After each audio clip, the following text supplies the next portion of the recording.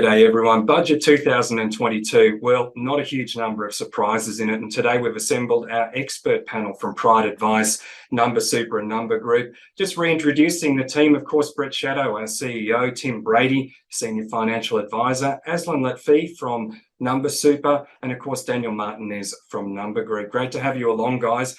Brett, straight out of the blocks, what did you make of the budget overall?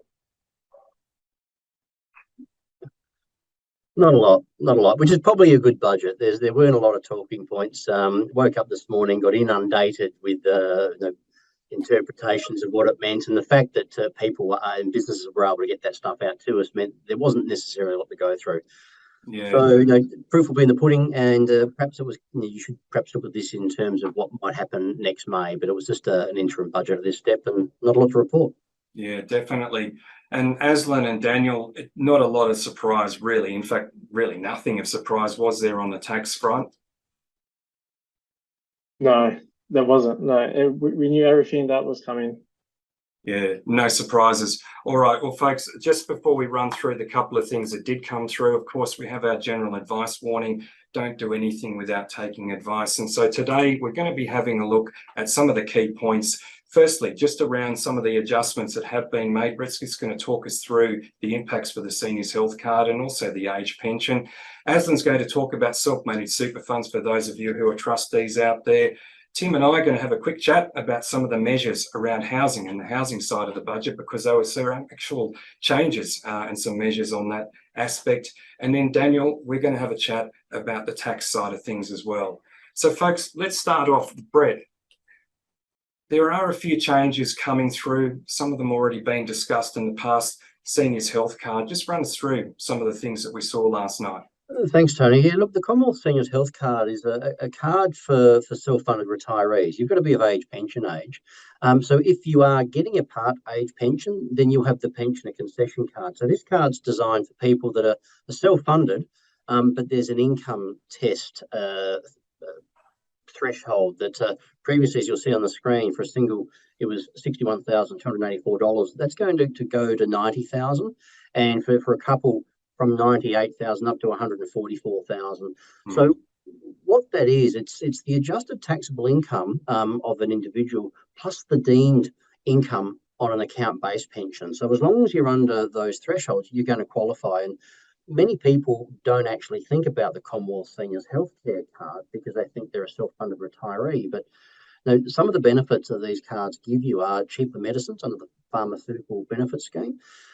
You'll get once you get over the Medicare safety net, you start to get a refund for some medical costs. So if you are self-funded, but you are also spending a fair bit on medication, then it could be worthwhile. And there's also some other discounts at a state-based level around utilities and public transport. So all in all, if you think you're around that mark or under in terms of your income, then, and you're not on the Commonwealth Seniors Healthcare Card, then you perhaps should consider this. And equally, if you were perhaps slightly over the threshold in previous years, this increase in the threshold may mean you now do qualify, and you probably should speak to somebody to see whether that is the case. Absolutely. Now, one of the important points on that slide there, Brett, is around deeming rates, and you mentioned it there in terms of someone's adjusted taxable income or total income, if you like. What's the effect of the freeze in deeming rates? Nothing. There's no change to the anticipated income. And there's a difference between what is considered a grandfathered account-based pension and a pension that you might have set up in the last 3 or 4 years, which is actually, even though it's in pension phase, the government assesses it as though it's money in the bank and it's going to be deemed and caught under the normal deeming rates. And they haven't changed. Fantastic. All right, so that's measure number one. We'll shift gears. Azlin, let's talk about self-managed super funds. There were a small number of changes in there last night as well. So let's talk about the first one here, which is a residency requirement. What does that mean?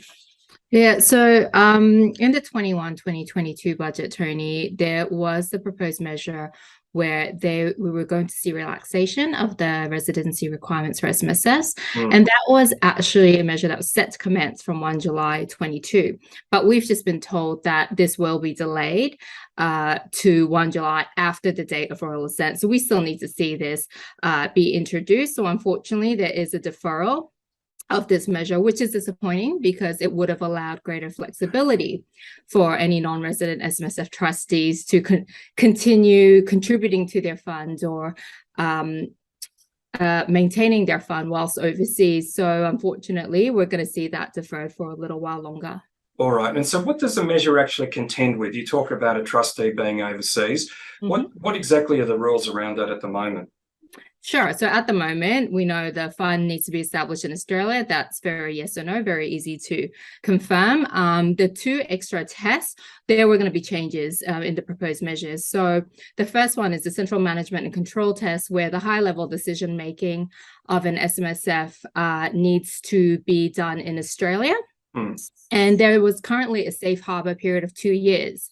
Now, these measures propose to extend the safe harbor period from 2 years to 5 years, which is great because it does provide trustees who are overseas a little bit longer to remain overseas. And then we have the active member test, where, as it stands currently, if you're an SMSF trustee, you're currently a non-resident of Australia, you're not actually allowed to contribute to your SMSF. Otherwise, you would fail the active member test. So the proposal is to remove this active member test altogether, which is great because that means it's allowing your members who are temporarily absent from Australia to continue contributing to the SMSF. So that's a really big change that we're looking forward to. So I'm pleased to see that this is still on the table, whilst not yet, but we're looking forward to seeing this pass.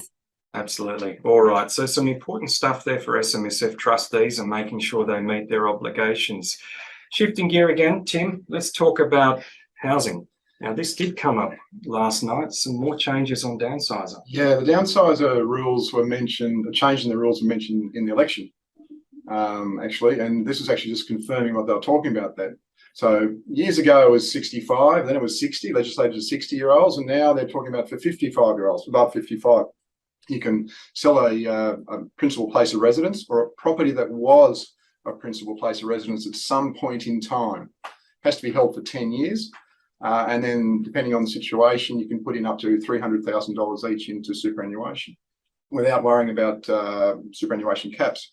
Once the money's in the fund, of course, then it can move across into potentially a zero tax pension, again, subject to some transfer balance caps and all this other jargon. But we look at these various things, and it's a great opportunity to get more funds into a zero tax environment. So it's a great rule. I'm just going to look at the checklist before we apply those, apply it to each individual. Now, one of the important things, Tim, on this particular rule is a thing called the main residence exemption. But in certain circumstances, as you're sort of alluding to there, Tim, a main residence can be somewhere where you did live. That's at right. a point in time. That's right. But you can then throw up different contribution strategies because you've got the downsizer.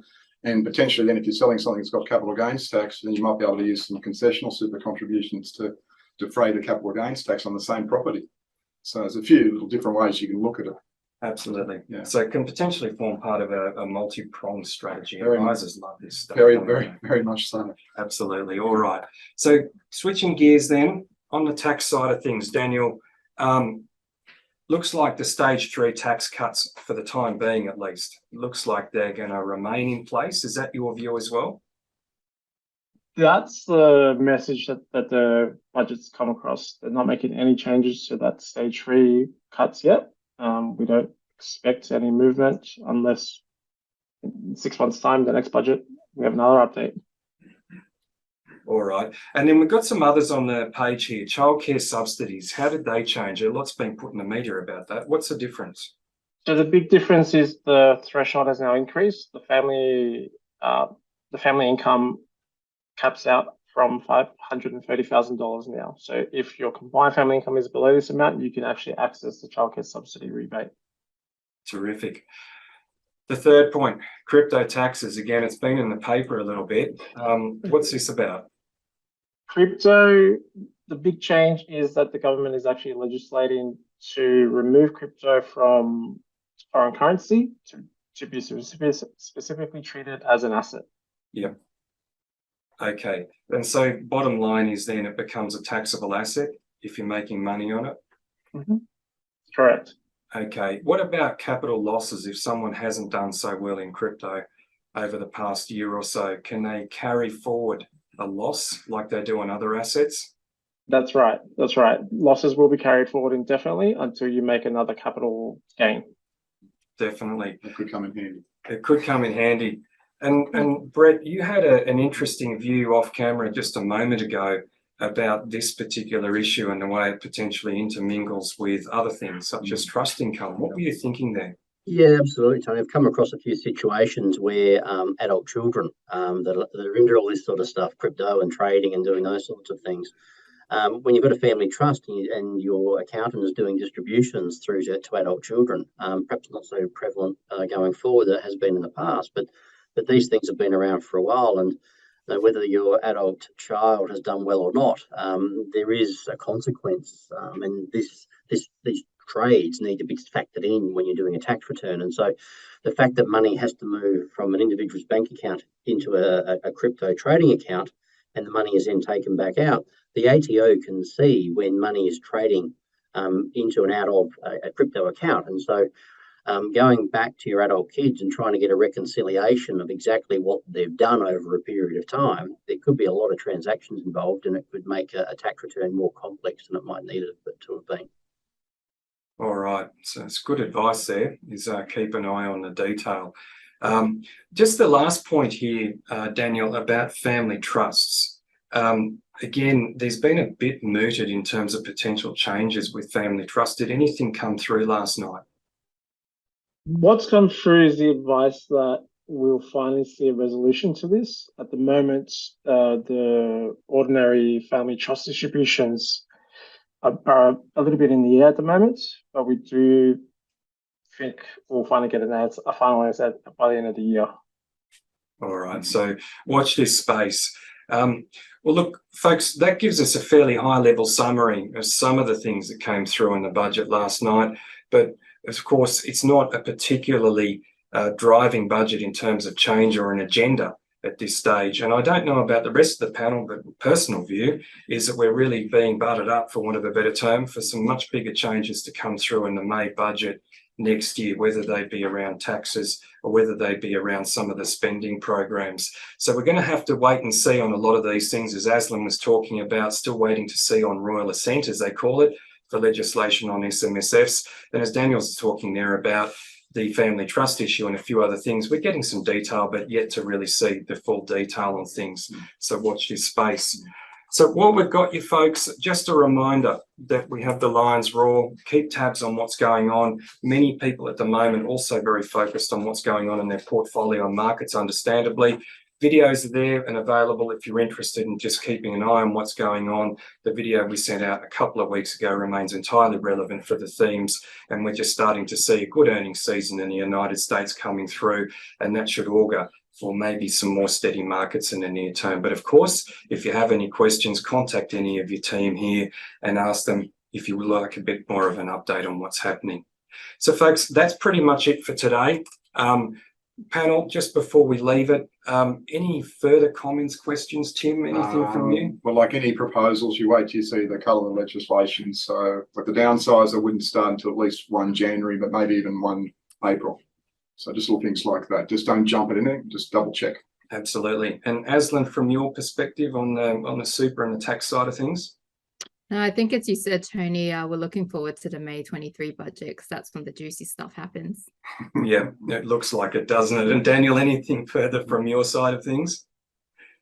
Again, we just have to wait till the next budget, really. Yeah, it seems like that.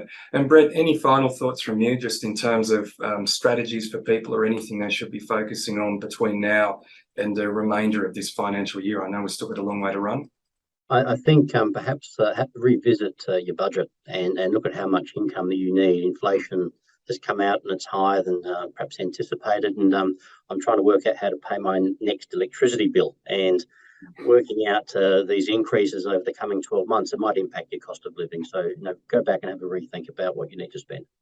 Yeah, really good advice, actually. Cost of living pressures, we're hearing about it a lot, but some of those numbers, Brett, particularly in terms of cost of energy, they're frightening. 50% a massive jump for most households. Absolutely. 3 daughters washing their hair every day, it's for sure. All right, folks, with that, thank you very much for our panel. Thanks to Brett, Tim, Azlin, and Daniel. And of course, any further questions, contact any of the team members here at Pride Advice, Number Super, and Number Group. And we'll look forward to seeing you all again soon. Bye for now.